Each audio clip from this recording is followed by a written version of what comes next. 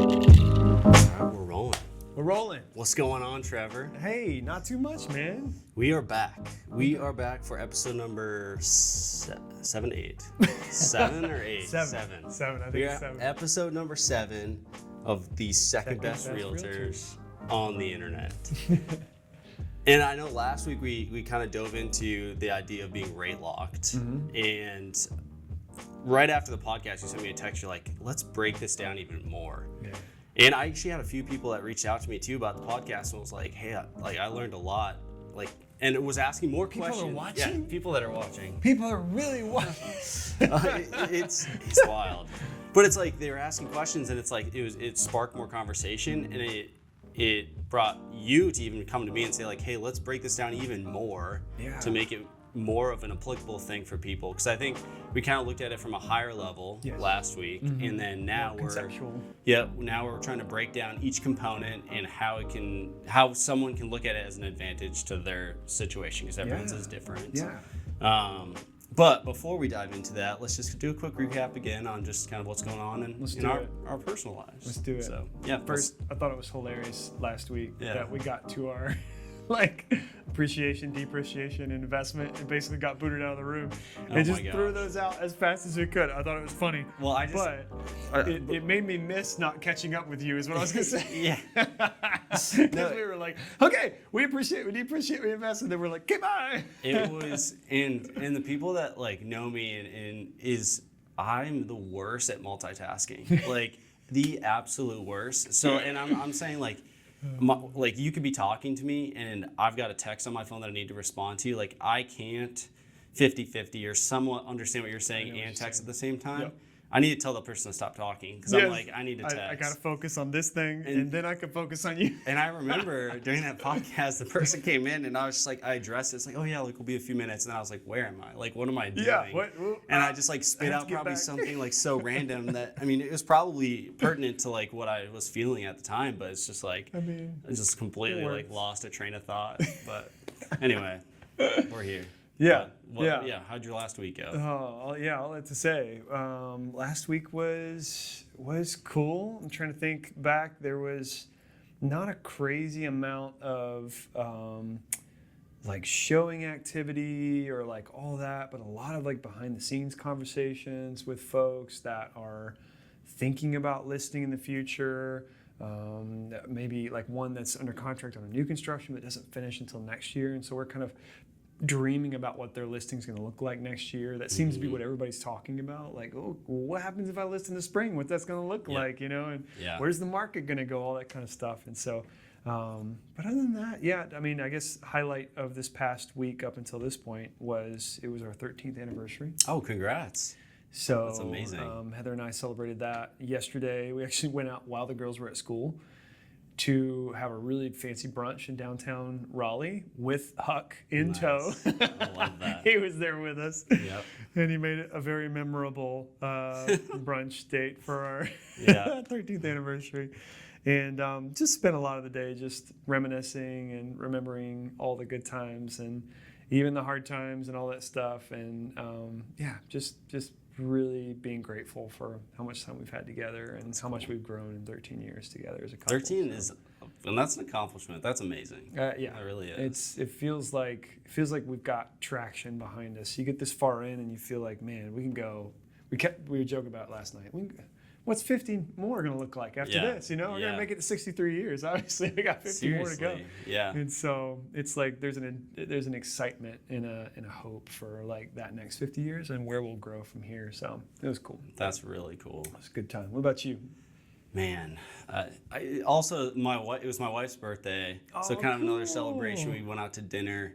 We got to celebrate her, which was super fun, and I think it is cool to just have those It's sad that at least as of late, it needs to be a birthday or something where it's a very intentional conversation. I feel like my wife and I are really good at having those as frequently as we can, but it felt like it had been a little bit, and we finally we just got to sit down, be like, hey, let's talk about this last year. What was your favorite parts? Things that we can work on, and it was just an awesome time together. Keep having those conversations. Yeah. So it is super special. Work-wise, it's just had a couple inspections that I, worked or went out to and tried to help out one of the other agents who's one of the best realtors on the internet, Sandy best. Roberts. The best. But other than, and like all those are such great learning experiences too. Like, it's like you get to not only like see new houses, different perspectives, but just get to hear someone's expertise is like inspecting, right? Mm-hmm. Where it's like my job is to, find or be an advocate for my client, whether it's buying or selling, and this person's expertise is inspecting a home. And it's like, I get to hear more of the nitty gritty and, grow my book of how I can understand. It's so cool. A lot of people ask me when they're first starting to look at homes, like, how do you know what to look for? And I don't often respond this way, but you're making me think about it. Like, honestly, I know what to look for more because I've been to so many inspections, Yeah. I've like seen these professionals look at something with a very critical eye and pull out these deficiencies. Like, it ended up costing folks a lot of money that they didn't know about. Yeah. And so I keep learning every time I'm at one of those. And you gain something new, like, oh, this is going on in the crawl space, or this is going on with the electrical panel, or this is, so that even before I walk into a home now, I'm already thinking like, okay, this is a 50s, 60s home. We've seen these issues on these homes. And so you grow that expertise with time, and it's specifically by gleaning it from other professionals. Like, that's a really cool way for us to just like shadow and learn. Yeah. Now, we're not the pros. Like, we're not the people that get licensed to do this. We're the ones that get licensed to help people purchase and sell real estate. Like, that's what our licensure is about. So we really have to leave it in their hands to fully, understand it. But it does give you a lot of understanding when you're taking somebody through a house to go, hey, we should be aware of this. Like, there should be some caution here. And it comes from pros like that. Yeah. Same thing with vendors. Like, when you have vendors come out, it's like, look at it with them, because then you learn something. So just goes back to, it's like you just can't do everything on your own. You got to ask for help, and it's not even us directly asking for help, but it's leaning on a professional to learn, trusting their know-how. That's it. So that's good. All right, let's dive into this. Yeah, let's do this thing. Let's get in. Let's start with. Let's just start with this. You texted over a couple ideas of just specific examples, and I loved the first one you sent over. It was just like a quick high level. What does it look like when interest rates are really high, and how would you be able to buy a new home with high interest rates? In full scope. Like, if our listeners have not seen last week's episode, that's probably a better start than just jumping in here, because this is going to kind of get into the nitty gritty. I really like numbers. I want to share some numbers so that you can get like practical with how we look at it. But I also want people to know, like, go back and check out the like strategies we talked about. If you're feeling rate locked, if you're feeling like you can't purchase because the rates are too high, or you can't sell because then the rates would be too high for your new purchase, or whatever that situation is, whatever's made you feel rate locked, go through that one first, get an idea of kind of the scenarios we talk about.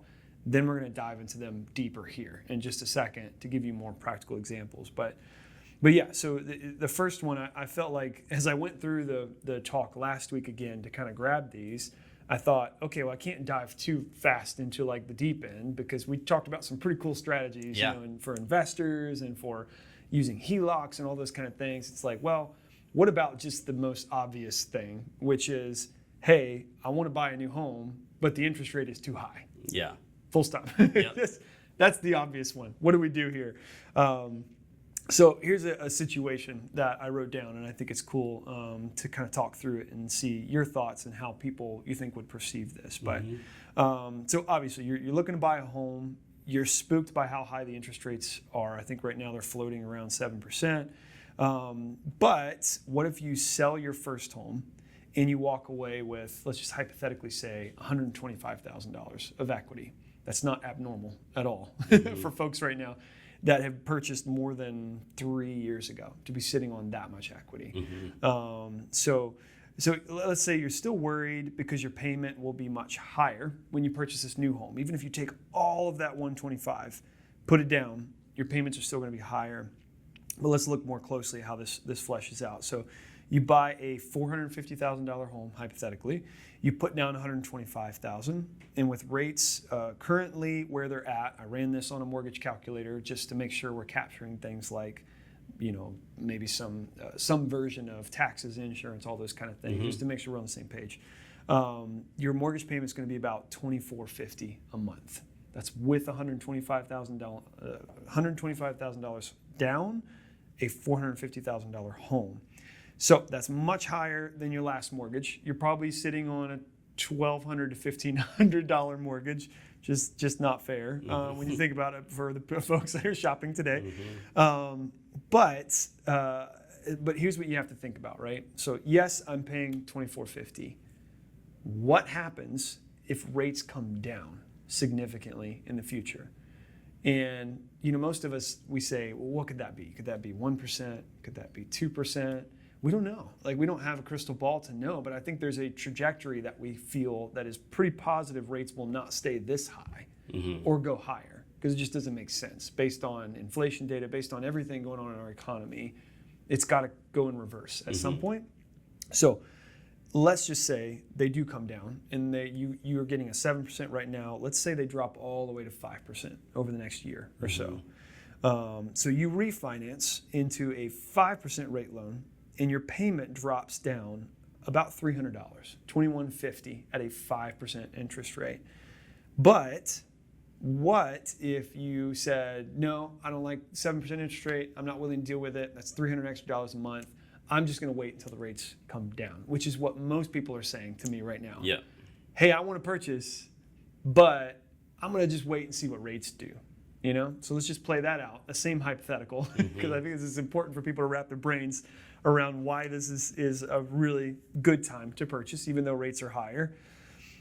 Now that same home that you could have bought for $450,000 after the rates come down to 5% is now worth $475,000, because that home's not going to be worth the same amount when the rates go down. That's when competition kicks up. That's when people are going to start overpaying again. Appreciation shoots to the roof. So anticipate paying more, right? So let's say now you're paying $475,000 for that same home. You get a 5% loan, just like we're talking about. Now rates are down to 5%, so you got your good rate, get it 5%. Now you're paying $2,280 a month. That's better than if you took a 7% interest rate, but that's actually worse than if you waited and refinanced after buying the home. You would be paying $2,150 at a 5% when you bought at $450. You'd be paying $2,280 at a $475,000 house at 5%. So something's not equal here, right? We're seeing there's a difference in the amount of equity and the way it affects your interest rate and the way it affects your monthlies. So that's kind of wild, because if you refinance, you'd actually be less than that. But here's the kicker. And you would have lost $25,000 of equity. Yeah. Most people aren't thinking ahead those steps. A lot of people just think, well, I've got a lot of equity in this house, but they're not thinking ahead to well, if I buy right now, that gives me a kickstart on equity when rates start to come down in the future. Because I'm buying at a time where things aren't shooting through the roof and I can get a really good deal. Yeah. But if you don't buy sooner, you're sacrificing that equity on the other side of when those rates come down. Yeah. And I think that's what I wanted to point out in this first situation. Is yes, you get a high interest rate. That's not necessarily a bad thing. Yeah, I think the biggest, what that you were talking about is it goes back to buying a home is a long-term investment. And I think we're so used to wanting everything in the short term. So that's why the community as a whole is well, I'm going to wait till the interest rates drop, because it's kind of this short term, I'm getting my payments for cheap, instead of thinking I'm in it for the long haul. Yeah. Because at the beginning, like you said, it's that first option. Yes, the payments are going to be more expensive at the beginning. It's just, that's a fact. Yeah. And we are making two assumptions on both sides. We're making the assumption, a very strong assumption, that the interest rates are going to go down. Now, could they go up? Sure, they could. But based on data, we have a strong assumption they're going to go down. Same thing with the second option is we're also going on this assumption that there will be more buyers at the table, that the appreciation will go up, and there won't be a recession, everything goes down. Yeah. So there's assumptions on both ends, but I think that it's really important that the people that are listening in know that there are these options at the table, and making the educated decision with your agent is the most important thing. Yeah. But just knowing what's out there and what can be done is super important. And I mean, just seeing the savings on that is, I mean, to me, I think it's a no-brainer. It's pretty appealing. But and it's a way for you to use your equity to get more buying power. Is what I'm trying to point out here. Yeah. It's like you've only got so much buying power, even with $125,000 to chunk at a mortgage. But if you wait to use that $125,000 a year or so later, which you may have more, obviously your home's going to keep going up too, so that goes up as well. But it's probably not proportional if the home that you own is worth less than the home you're trying to buy, right? Right. 5% appreciation on a $300,000 home versus 5% on a $450,000 home are very different. That's a much bigger number. And so you're not compensating by waiting. Right. You're more or less losing more value as you go. And so and again, we talked about this last week, and I just want to make it totally clear for everybody listening and watching. Only do these strategies if it makes sense for you in a safe way. This isn't just go out and buy a house. Everybody needs to buy a house. No. Like, everybody does not need to buy a house right now. You need to look at these numbers specific to your situation, understand it so that you're not making an unwise decision for your family and for your finances. And that's what this is about. Like, we just want to give you guys some strategies, but we still want you to be safe about it, right? Yep, 100%. 100%. So now, that was a great first example. I think another segue is, well, what if I'm like even a first-time home buyer and I'm just like, well, I feel it's daunting to see interest rates are this high. I don't have enough, like, how am I going to pay for my closing costs? I think something that we're seeing in the market right now is a lot of incentives that new construction have for buyers coming to the table. Yeah. Can you talk a little bit more about a specific example of how maybe a buyer could come and use those incentives to their advantage? Yeah, we talked a little bit about why new construction is a good option last week, just to kind of, I guess, add a few things specifically for first-time home buyers. New construction is such a great option because you aren't dealing with deferred maintenance things. You're getting a home that includes a warranty that's going to last for the first part of your ownership of this home. And it's a new home, so you can assume all the new elements are going to stay new for pretty long. If not, then the warranty covers those things, and you'll know by the end of 1 year if there's something else wrong with it, which is what that automatic builder warranty does. It covers you for a full year. So it's a really safe investment, whether that's a new construction townhome, new construction single family. They both work the same way. The builder has to stand behind their work, and therefore you get confidence that what you're buying is actually going to have some good longevity to it. You don't have to do too much maintenance on it. And maintenance can be a killer for people. It really can. You buy an older home that looks good on the outside, you're in it for a couple of years, you're going to end up spending some money to keep that thing up. You know? So anyways, great option for first-time home buyers. So what I think is interesting about this option right now is because builders are throwing money at buyers just to get them to purchase properties. Yeah. Like we talked about it last week. Like, I ran into one that's willing to give 5% of the purchase price. That's for this specific purchase price, we're talking $20,000. Yeah. Plus they're still offering, here's an extra $5,000 to purchase your fridge and washer and dryer and blinds. It's like $25,000 just throwing at them. Yeah. And they're like, use it how you want to. And so the cool thing is with new construction is that them giving so much concession, you get to push that back towards your loan and you can offset some interest costs. But I kind of wanted to hash that out. What does that look like? So let's say you use their concession. You bought what's called a 2-1 buy down. That means you lower your interest rate for 2% in the first year and then 1% in the second year. So if you took a 7%, you'd have a 5% for the first year. If you took a 7% in the second year, it'd be 6%, and then it would go all the way up to 7% the third year, right? So from the payments we talked about before, let's just stick with those same numbers. $450,000 home, you're looking at $125,000 down, but you're going to use this 2-1 to offset and get your payment even lower. You would actually be paying $2,050 for the first year, for the first 12 months. That's like that's $400 savings versus having that 7% interest rate, something that's really high. And so you're saving $400 a month for the first year, 12 months. The second year, you're saving $200 a month because you're just adding a percentage to that. And so, but there's still a huge savings. So $2,250 is your payment for the second year. And then it's going to go all the way up to that other payment that we talked about, $2,450 in the third year, right? Yeah. But in all likelihood, you will probably refinance before you ever get to the end of that year 3. Yeah. Rates are going to fluctuate between now and then, most likely, significantly, you know? And so the cool thing is all this money in the 2-1 buy down is put in an escrow account on behalf of you. They're just prepaying the interest for you, but it's allowed because the builder's giving you that money. If you say after 1 year, the rates go down to 5%, you refinance, guess what happens? All that escrow money is just cash in your pocket. Yeah. The lender can't hold on to it. It's your money. You've prepaid it. Oh, here it is in a check. Yeah. It's all there. You still get it. You're not burning money for nothing. It's yours. It's there. And if you don't end up using it, well, then you're just waiting till year 3, and then maybe by then the rates go down, and then you refinance and get into something much lower like we talked about in that first scenario.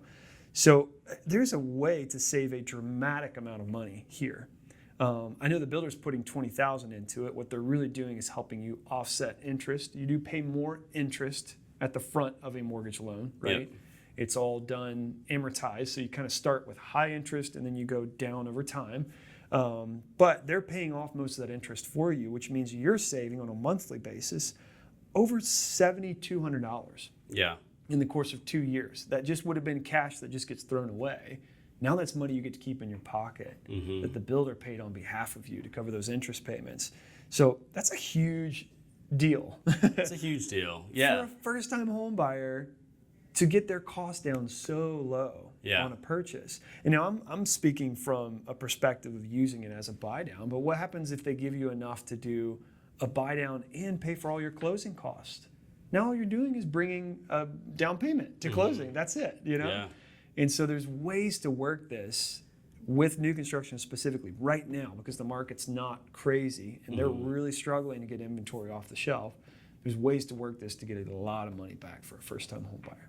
Yeah. No, I think the two questions that come to my mind of maybe how a buyer would hear that, and or at least if I was a buyer, come to the table and be like, oh, like a 2-1 buy down, does that mean that I have to like stay in that 2-1? But I think you touched on it where it's like if interest rates drop, you can refinance and then you get that everything that was in the escrow back. Where it's like you don't have to stick. You might have like started with the 2-1 buy down, but that doesn't mean year 3 you have to do what you said you were going to do at the beginning. Like you can refinance before then. You totally can, and it's your money. It's just sitting there in an account for you. Yeah. And then the other question, and you just touched on it there at the end, but just maybe elaborate on it a little bit more of just like, if I was a buyer, I'd be like, why the heck is this builder giving me all this stuff? Like, why wouldn't he have just listed it at a different price? Yes. Why wouldn't he list it lower? Like, I feel like I'm getting, scammed. Like, I mean, you see all of the things of 5%, all these the things like buy downs, the things like concessions, like you get a refrigerator, all these things. It's like, why? Yeah. Like it kind of makes you feel like there's a catch, right? Yeah. Like, why are they doing this? Is this a bad house? Is it a bad neighborhood? Is it just a bad deal in general to be purchasing right now? Like, what is the catch? And honestly, there is no catch to this. Like, builders legitimately need to unload properties or else they cannot continue to develop. And so go to a small neighborhood where there's 5 houses in the neighborhood or 10 houses being developed, maybe even by all separate builders. Are they offering incentives? No, none. Very small, if any, because they don't have the capacity to lose that much money. Yeah. Now, the neighborhoods we're talking about are the ones that have, 50 houses, 100 houses, 200 houses in them. You roll in and this builder's like, hey, I need to sell these so that I can justify my future sales and the value I want to ask for them. And their hope is that I'll take a short-term loss in order to motivate sales in the future when the market gets better, and then I'm not giving anything up on those. Yeah. This is another danger. It's like you wait around for these incentives to just hang out forever. That's not going to happen. They're available right now. That does not mean in a month they're still going to be available, right? Right. So you got to move quick when the iron is hot, so to speak. You got to make it happen because right now we're in a really good climate to take advantage of the builders just needing to offload inventory and make sales so that they can continue to develop in the spring of next year and make even more sales but they need those prices. They need to get those sales. So I always tell people when I go into a builder's office, hey, before we go in and start negotiating, start talking terms, let me give you the 101 on talking to a builder and negotiating with them. Do not ask them to negotiate on price. This is my 101. And they're like, why? Maybe we get a good deal. You could, maybe. Yeah. But you can get a whole lot more back by asking for concession. Because a builder is going to be willing to give a lot of concession away if they get their price. The price is the most important feature to any builder because that helps them build the neighborhood going forward, right? Doesn't work for all neighborhoods, like I said. Small ones, not the same deal. They just need to offload and get it gone, and they're not worried if they have to take a little bit of bath. These builders need to justify price because it motivates the future sales of the neighborhood. So they're going to stick their heels in the ground hard if you want to come off their price by like $25,000 or something like that. But hey, give me $25,000 in concession. Okay, I'll do that because the perception in the market is that it's still sold for that amount. And therefore, they can keep fighting for that amount in the future and even raising prices from there and going forward. So that's the goal, is to talk their language, try to work it to your advantage. And I think that it just makes a lot of sense. And so for all you first-time home buyers out there, what I would say is, like, if you're rate locked because you think you can't get a house, period, new construction may be the easiest way to get in a home sooner, to make equity faster because you're getting in faster, and significantly lower the barrier to entry to purchasing. Yeah. Like, it's an all-around great tool for people that cannot afford current rates. Yeah. And so, yeah. It's awesome. I mean, yeah, it's so good.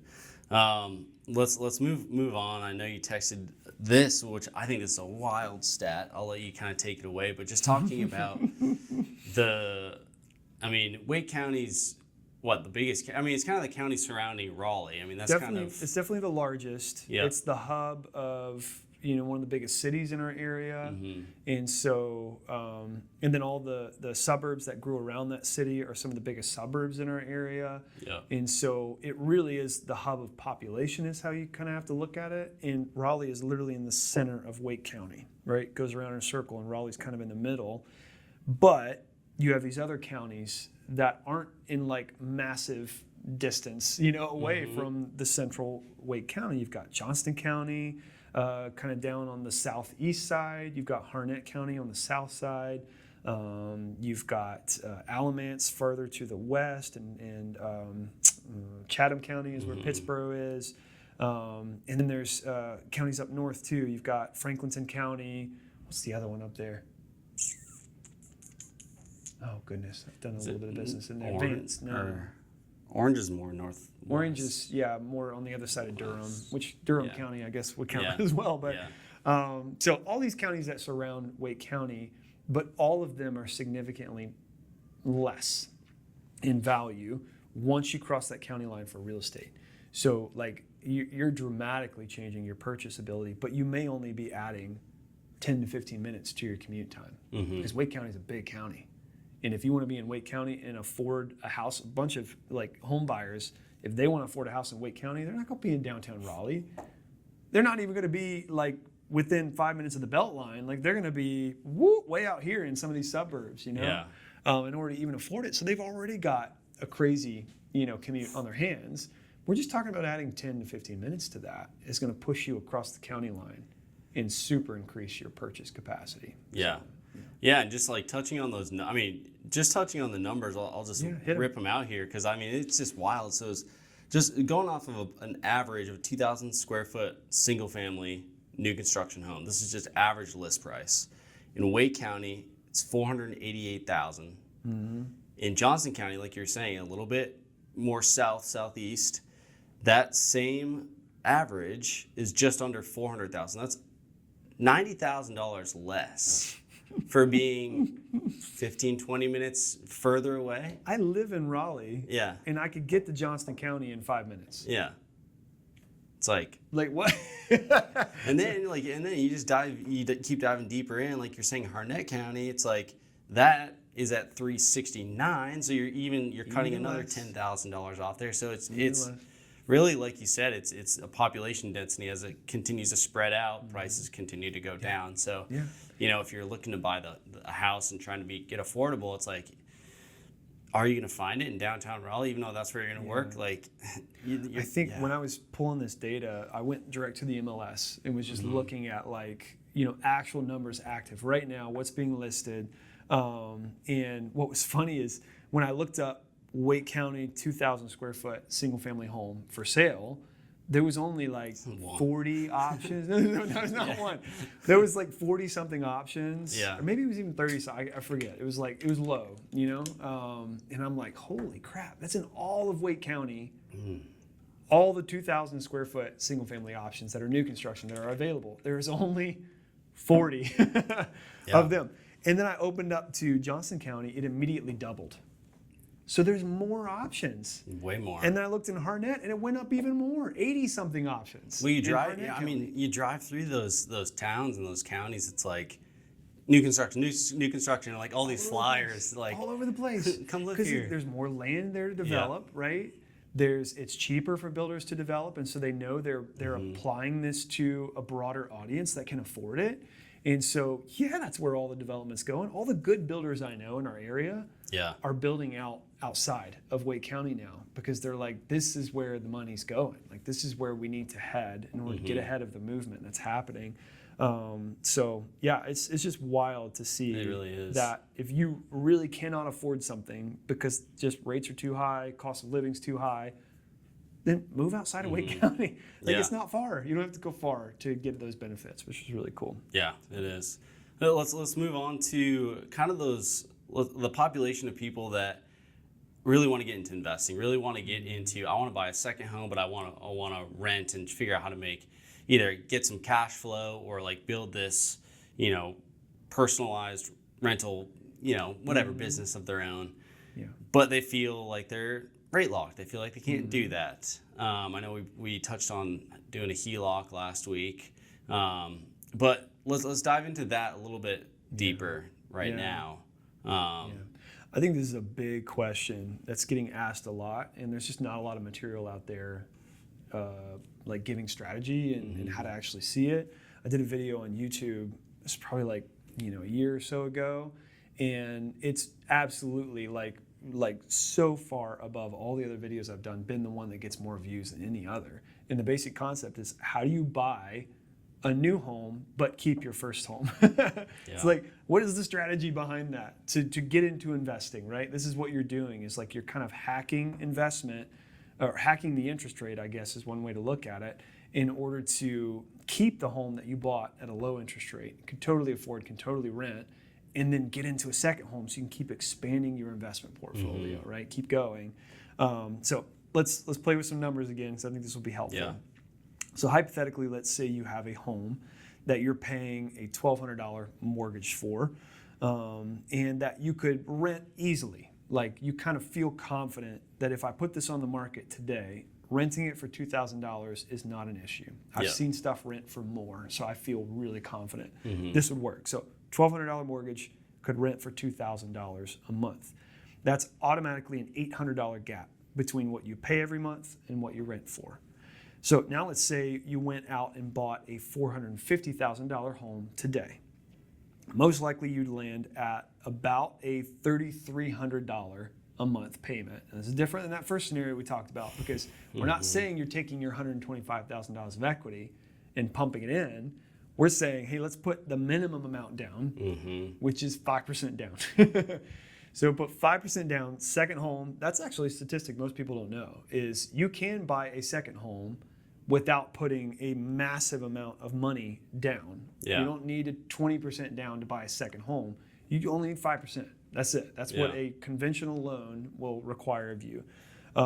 So 5% down, and let's say a 6.5% rate. Pretty easy to land one of those in working with brokers and stuff today, but that's $3,300 a month. So that's a very much higher payment than what we talked about earlier. Most people would do the I don't think I can afford that every month. That's a lot of money, and maybe that's not affordable to you. But if you're offsetting that $3,300 a month with $800 profit from your previous purchase or your previous ownership of that other property that's being rented, now your new mortgage actually looks more like $2,500 a month. So you're using your additional income from this rental, because you have such a low interest rate and low payment on that one, to compensate you for a new property and cover that payment. Now we're down actually pretty close to what it looked like to put $125,000 down on a home just by using rent money to offset that. All right, not impressed. Let's keep going, because I think this gets better as we go. So that may be more achievable. Yeah, I could pull off $2,500, even if it's maybe a little bit of a stretch, I could do it. But that's not even the greatest benefit of keeping that first house and then also owning a second. Now you have two houses appreciating simultaneously. Two assets. You've spread your asset count out, right? You've got this smaller house that was maybe less expensive, low interest rate, and you've got a new house that's more expensive, higher interest rate, but both of those are gaining in value simultaneously. They're going up with the market. And the cool thing is, someone else is paying for your interest and principal on your other home. So every month, you're not worried about that obligation. It's being covered by someone else. It's just gone to you. It's dead as long as you got somebody renting. Somebody else is paying for your appreciation. That's how you kind of have to look at it. Someone else is paying for it. That's so cool. So it's free appreciation on that property and new appreciation on this new property. In just a few years, you will have more than doubled your equity you had with that one house. In this video I ran, I'll have to link it in our YouTube or something like that so people can find it. So it's super interesting. It was actually a quick, like if you ran quick numbers about just how this could go at a very modest appreciation rate, I think I said like 2 or 3% over the course of like 10 years, you would be a millionaire by the course of 10 years, because you just keep adding. You do this, you sit in it for a year, let's go and purchase another property that's a little bit higher in value. You sit in that for a year, you get that rented, then you go and purchase another property. I even ran it with high interest rates. The equity is the major winner here. It's like, you may not see it because it's locked into an asset, but ultimately if you were to ever to sell these assets, or maybe you wanted to borrow from these assets at some point and use it to purchase other properties and keep expanding this, I mean, you would make a lot of money really fast by just spreading this out and keep purchasing different stuff. So we called this in that video, hacking your interest rate, because that's basically what you're doing. You're borrowing from Peter to pay Paul, so to speak. And so, but Peter is your own house. So you're just borrowing from yourself in that situation. And we're not even talking about like taking money out of your equity at this point. We're just talking about using an asset that could be rented really well and using that additional income to offset your future payment. It's a really great way. Actually, I ran this statistic too because I thought it was interesting. You've basically turned your rental income into a 3.5% interest rate. Because it's the same numbers. If I run a 3.5% interest rate on a $450,000 home with 5% down, that's the difference. It's like you just knocked it down by that much, by 3% on your interest rate. So that's a massive difference for folks that just think, I'm rate locked, I can't move, I gotta stay in my house because it's such a low rate. Good, use it. Use it. Go get a better house if you need it, and use that to motivate your future purchase. I mean, like you said, I mean, it's the perspective too at the end of just like the $800 can change into making 6.5, 3.5. I mean, like you said, you're so hooked on the interest rate being a certain number. You just, like you said, hacked your interest rate. You know, you just did it to use it to help you get something else. And it's totally possible. And you don't even have to borrow on your equity. We're going to talk about that next. But you don't have to do that. You can just use the asset you have in order to support future. So it's cool. So borrowing equity. From your house. Lending on your equity. We talked about two different options. HELOCs are basically like a line of credit you're borrowing from your equity. They give you this bulk amount. It's kind of like a credit card. Here's your balance that you can draw from. And whatever that balance is, they have a fixed interest rate on that. It's not like a credit card interest rate. Most people freak out when I say credit card because they're thinking 25%, something crazy. No. That's not. This is actually more comparable to a mortgage loan. you're going to be fixed at like a 7% interest rate or 6.5 or 7.5, something like that. So it's going to be closer to what you pay in that, but you're borrowing on the equity to get a line of credit, or you can take a lump sum, which a lot of people do when they want to use for a specific purchase, like an asset, because then there's like a payment plan, right, that kind of breaks out from that. You can take a lump sum in the form of a HE loan or a home equity loan that allows you to use that for whatever you need. There's no limitations to this. You can borrow it to buy a new car. You can borrow it to fix up your house. You can borrow it to pay off credit card debt. Like, it's just, you get to do it. It's your equity. So lenders are more than happy to attack some interest onto your equity. So that they can they love to do that to make some money for themselves, but also it gives you a low interest way to get things done.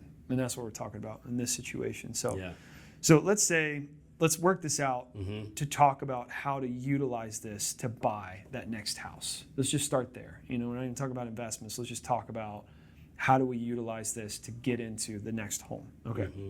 So let's say hypothetically you want to borrow, that you have, you know, plenty of equity to draw from, but you don't have cash in pocket, right? This is where a lot of folks just don't have savings. And so, but like in this scenario we talked about earlier, just put 5% down on your home. People going, I don't have 5%. What? I don't have $30,000 sitting around. Like that's enough of a challenge. Well, let's say you borrowed that from your previous equity on your home. So let's say you need $30,000 to cover a down payment and closing costs. You can use that as well to do that. You'll have a similar interest rate. Let's just say hypothetically around 6.5%.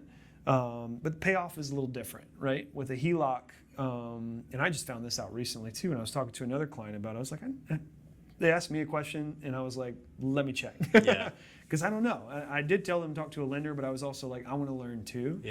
And so I went and looked, and most HELOCs, they start with an interest-only term. So it's a bit like the amortized kind of vibe of a mortgage, except you're not paying principal at all. You're just paying interest. But that interest payment is actually significantly lower than what it would be with both principal and interest together. It's about half of what you would be paying. So a lot of loans do this, mortgages do this, HELOCs do this because they want to get interest from you early. Because the reality is most people pay these HELOCs off way earlier than their actual term would go. Maybe the term is like 20 years or 15 years or something like that. The likelihood of someone paying off a HELOC in 5 years is pretty good. So they're like, I need to get as much interest as quickly as possible, because you're not going to pay the rest of the interest when you pay it off, you know? So they start with interest only, but that's typically about half of what it actually costs to have an interest and principal payment. So you're borrowing $30,000, 6.5% interest rate. You would actually only be paying about $162 a month for that $30,000. Go find a personal loan where you can pay $162 a month. It might be a 50-year term. Seriously. That won't make sense because you're paying way too much interest there. You're not paying anything off either, but it's like you're borrowing your own money for a very low payment. And if you refinance at any time, let's say the rates come down significantly, you want to refinance your home, you can do a payoff of that HELOC in your refinance. You're just packaging that in, whatever that $30,000 debt left, package it into your new loan, but at a much lower interest rate. And that may totally offset the cost for you. So you've added $162 to your monthly payment, but you can refinance at any time, pay that off, wrap it into a lower mortgage, right? So you're giving up $162 of that. Let's go back to our previous situation, because I think this is fun to just play with like real numbers. And let's say you're keeping your first home, you're gonna rent it just like we talked about. Now you just lost $162 of that $800 that you were making from that rental, because your mortgage is $1,200, but you're renting it for $2,000, so you've given up $162. But that's still almost a $640 offset every month. So maybe that means you don't buy the $450,000 house if this makes the numbers not work for you. Now your mortgage is going up, you know, closer to $2,700 a month. And most people might go, I can't do that. 25, but I can't do that. So maybe we're not looking at the $450,000 house anymore, but maybe it's a lower cost house, a $400,000 house instead. But you can still utilize your equity to make that move work and also be benefiting from both of those homes appreciating simultaneously. Yep. So there's a way to borrow from yourself to get into this game of multiple home ownership and really just purchasing in general. Like you can use this, and it's a very low cost is what I try to help people understand. It's like, we're not talking about an extra $1,000 a month payment. Like, no. This is much lower because HELOCs and home equity loans are not that expensive to lend from. Yeah, and it's good to note too, like, I remember when I was first researching, it's like the HELOC itself, it's like a credit card, but it's not, right? Like it's, because I think when I first was like, oh, you just have to pay that? Like when you buy a new house, like no, like that plus the new mortgage, but it's only $162. So it's like, I don't know. It's just cut your Netflix out for a little while. Yeah, seriously. That's getting so expensive. Cut down on your subscriptions. Like it'll work out. That's not a lot. And if that really does accomplish this goal of having two homes simultaneously. Again, it's the long term, right? My goodness, it's the long term. And I guarantee your appreciation is more than making up for that $162 extra a month that you have to pay in order to afford that. And again, like don't do this if it's going to squeeze you until you just can't afford it anymore. Like only make sense of this and maybe even lower your expectations a little bit to make sense of this, because even a $400,000 home and your $300,000 home you purchased originally are both going to appreciate rapidly together and massively increase the amount of money you're making off of those assets over time. Yeah. So for sure. Yeah. All right. Last one. Last but not least. Last one. We talked a little bit about investment properties. And, I think one of the best ways to do it is what we've been talking about already. It's like, hey, keep your first home, get into a second one. That's an easy way to expand. You get lower rates on stuff like that because you're purchasing for yourself, not as an investment. And so it's really the lowest cost way. But some people will say, but I still want to purchase an investment property, but I don't want to move out of my first home. I like my first home. Maybe you bought a really great first home and you're okay staying there for the next 10, 15 years, whatever. Like you don't want to lose it and you don't want to rent it. You want to stay there, but I still want to get into investment. How do you pull that off? Well, you can still use equity to do that. This is, I would say, I would save this for last because this is really one of the toughest strategies to pull off right now with interest rates so high. Doesn't make it impossible, but it is really hard. And I would also add this, that the rental market in our area kind of ebbs and flows with the real estate market. It lags maybe a little bit, but the reality is if the real estate market is slow, odds are the rental market is not far behind. It will also be slow. So think about that as you're thinking about purchasing like an investment property. It's not always going to yield the highest amount in an easy to grab situation. You can get a really good deal on a property, but you might not be able to rent it for as much as you think in a tough market like it is right now. So just a couple of caveats so you're aware. But if you have enough equity to make a down payment on an investment property, you can do this in reverse of what we've just been talking about, right? Let's say you want to buy a $250,000 townhome for rent. There's several of those in our market right now. You're confident it can rent for $2,000 a month. So you take an equity line on your current home. Let's say you borrowed $100,000 from your current home.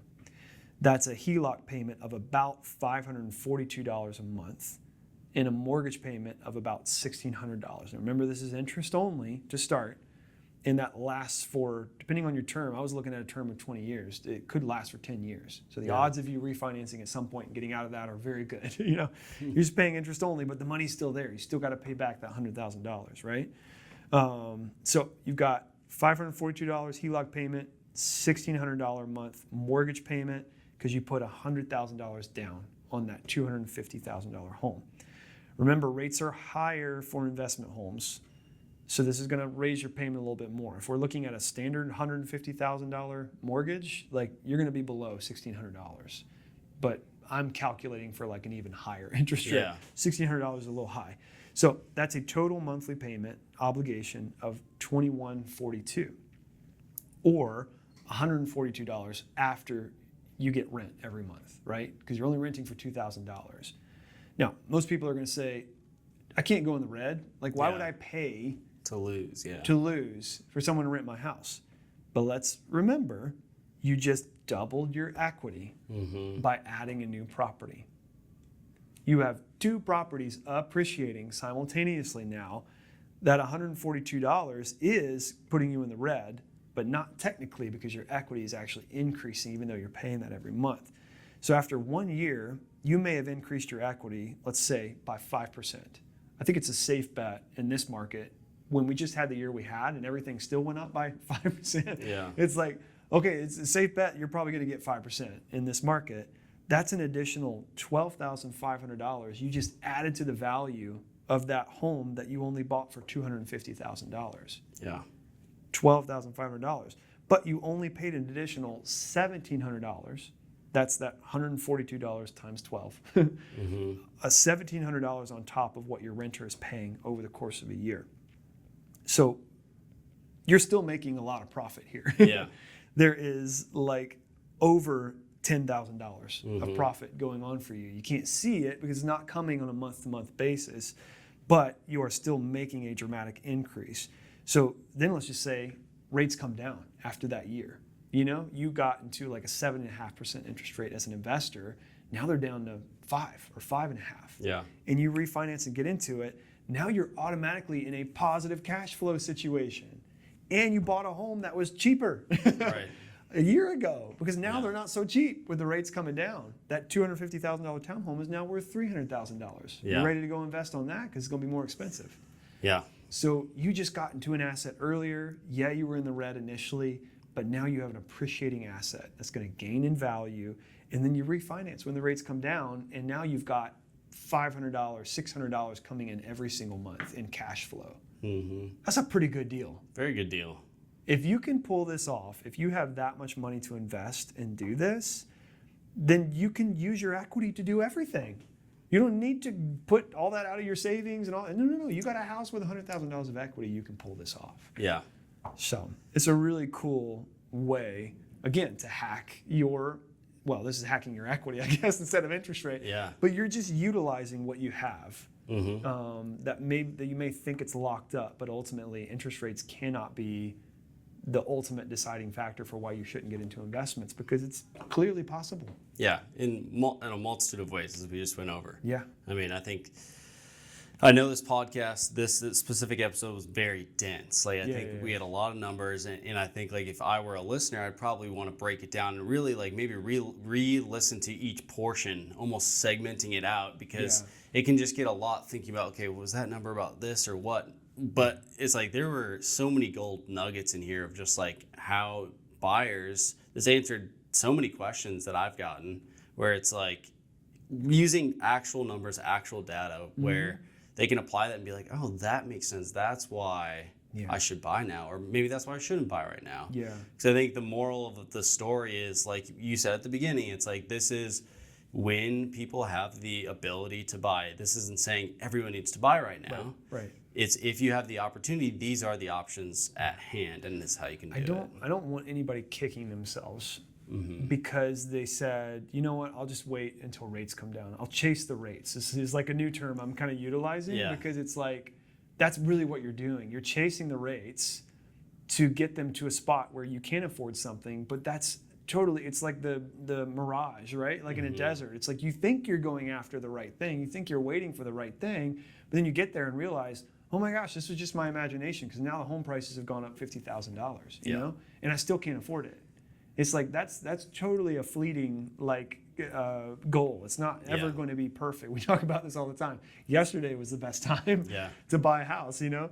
Because the reality is, if you keep chasing it, you're going to miss these gold opportunities that exist when you think things aren't as affordable. But ultimately you realize, like, wow, if I do this now, by playing with these numbers, by actually, like, take these numbers and then tweak it to your own budget, right? Like, take it and don't just look at what I've said as an example, but get online, find a good mortgage calculator, start playing with these figures. And there's even HELOC calculators and stuff online. Get an idea of how this would work out really for you. And then reach out to us. Like, we want to help you guys. We want to help you guys actually look at the numbers of your house and make a good decision, because it may not make sense. You may think, oh yeah, I've got, $150,000 of equity when in reality you only have $75,000 of equity, which is totally possible. The market's just doing, these waves like all the time. And so you really have to look at where you're at right now to see if this is feasible for you, to know the data that's happening around you, because it's the same data that's going to qualify you for these HELOCs and these home equity loans. It's like they're not just pulling off of Zillow and just going, oh, this estimate says this much, so this is what I'll give you. No. They're going to do an actual appraisal. They're going to do an actual look at your market to assign that equity value, and that can change over time. So you've got to look at it very specifically. We would love to help you untangle those things. Like we're open to run the data with you to help you do these things, so that you can apply this specifically to your situation and see if it makes sense. Yeah, and to just double down with what Trevor just said, it's like, don't be afraid to reach out to us. I think there's like a stigma of like, oh, do I have to pay them for like asking them a question? It's like, no. We don't get paid unless a house is bought or sold. Yeah. And it's not going to shy us away from helping people. Yeah. We want to, that's our job, is to help people understand. In true second best style. True second best. Style. Like, we will be the first to say, this is not a good move for you. Yep. You need to wait. Or maybe next year you'll have enough equity to pull this off. But right now is not the good time. I had someone reach out to me the other day and they were like, is now a good time to sell? And I had to be really honest with them. And I didn't just give them like a blanket response, like yes or no. I was like, let me look at your neighborhood, see what's going on, and give you an idea of like where we're at. After looking at all the data, talking to her about her timeline of when she purchased, which was only like a year and a half ago, I gave her a lot of data and stuff and said, I really don't think it's the right time to sell. Yeah. You're going to have to pay capital gains on this because you didn't live there for 2 years. Your market's not doing as hot as you probably need it to be right now, and therefore that's going to hurt you on the sales side of things. And so I had to diagnose her very specifically, and that's what we want to do for anybody that needs that help, that wants us to look at their numbers specifically, help them find out if this is a good situation for them, because it will work for a lot of folks, and it will not work for others, and that's okay. We're not afraid to say, don't do it. It's not right. Yeah. Well, good. That was fun. Thanks, guys, for hanging on for that deep dive. I know that was a lot. Super deep dive. And we took a lot of time there, but we did. I feel like we still need to hit our appreciating, depreciating, and investing this week. Yes. People hang around this long, they'll get to hear a little bit more about us in each episode, because that's what we like to do. This is a long one, but I think we hit some great topics. I like the style too of our podcast. I mean, I think like just starting it off, nice and easy, have the meat in the middle, finish it nice and easy. Yeah. Get to know Sometimes us. The meat is lighter. Sometimes it's heavier. This one, today's a heavy one. It was a T-bone. But one of those that's like it's heavy, but like the heavy ones, hold on for the ride because they're worth it. Yeah. So let's get into it. Let's get into it. Let's go with what you're. Let's do it with what you're appreciating. All right.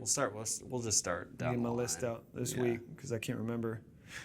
This is a cheesy one, but it's just my anniversary. I am super appreciating my wife. That's awesome. I am just like, man, just cannot be more proud of the woman she is. Cannot be more happy that she's the one that picked me, not me picked her.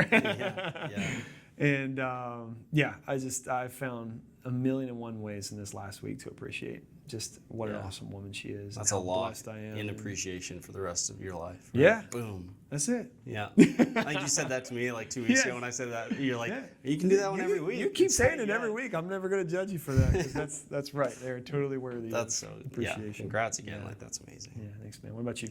I wrote down discomfort.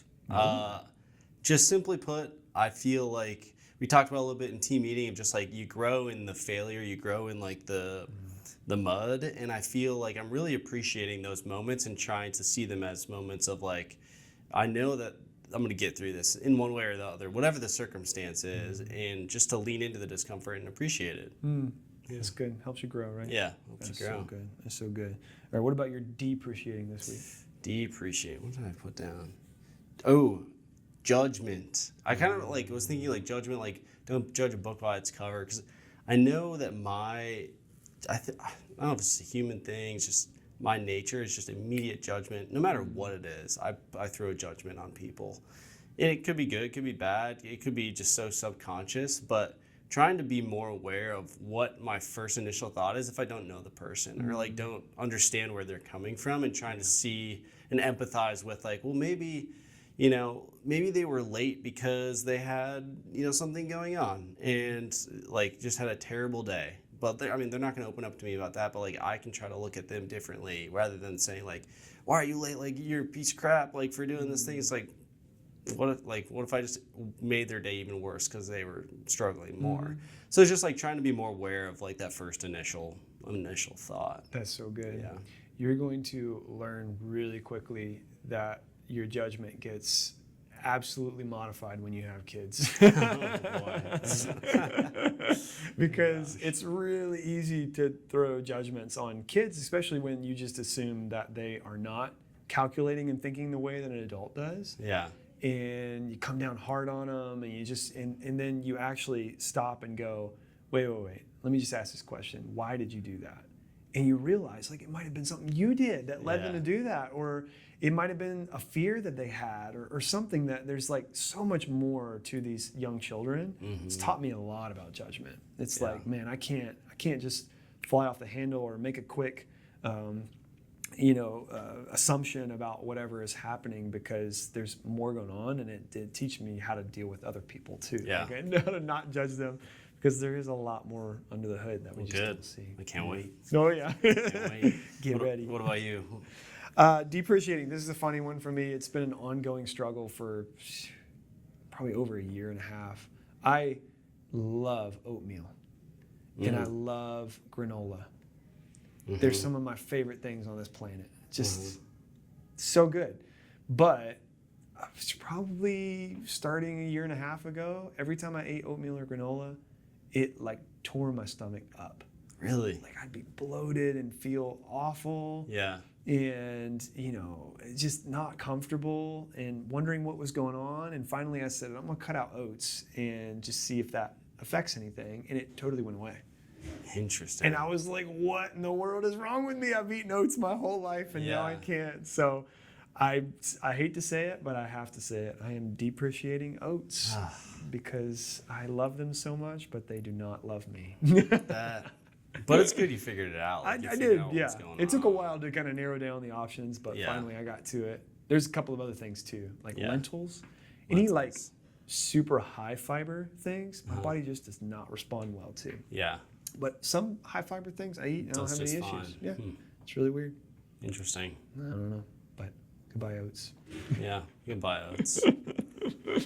Oh man. How about what you're investing in? Yes, investing for this week was. Oh wait. No, I'm remembering. Last week we got through our rhythm so fast, and I threw out like, I'm investing in mystery novels. Or no, I said appreciating mystery novels. Yeah. And so my wife got on my case this week and said, like, okay, you've read enough mystery novels. You need to read some nonfiction. Yeah. So now I'm investing in nonfiction. Nice. Hey, way to adapt. I'm putting down the mystery novel. I got in a bit of like a binge there. I was just like, wow, these are so good, and it's so the season for this. And so I'm getting into like some history, some biblical nonfiction stuff, just talking about different like biblical studies items and theology items and stuff like that. Cool. You got to lay down those things you really love for a season and work hard at things that don't feel natural, but then you realize you get a lot from them. So that's cool. Reading is so good to invest. I mean, just any type of reading. Yeah. Invest in. Yeah. I mean, that's learning a lot. It really is. So. Learning a lot. What about you? I said disciple making, more specifically like community. I went to a Bible study this morning. One of my buddies invited me to an early morning Bible study this morning, and I was like, I did not want to, like, no part of me wanted to wake up. It was 6:30, go to this Bible study, and I was like, I don't know the guys. They're not going to know if I, like, care if I showed up or not. But, like, I show up there, and it's just a bunch of these wiser, older men, like, probably 5 guys, 50s, 60s. Like, me and my buddy were the youngest 2 guys there. And it was just, like, so cool to just be like, wow, like, there's a bunch of just men that are like, I'm gonna wake up and just like talk about the Lord. And I think like to me, like, I want to just keep investing in that time and in people like that are just willing to just be open and honest and real with their emotions, and men specifically, because I think it's really cool, because I didn't grow up seeing that a lot, and so it's like, as I'm incorporating that more in my life, I think it's just like, I want to invest in this. This is sweet. That's good. Yeah, make time for that. It is so valuable.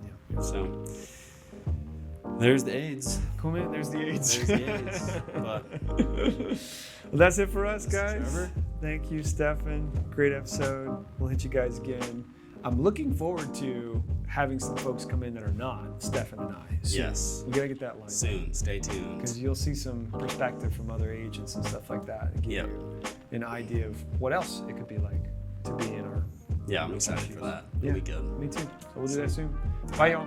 Thanks for watching. See you guys later. Or listening. See you later.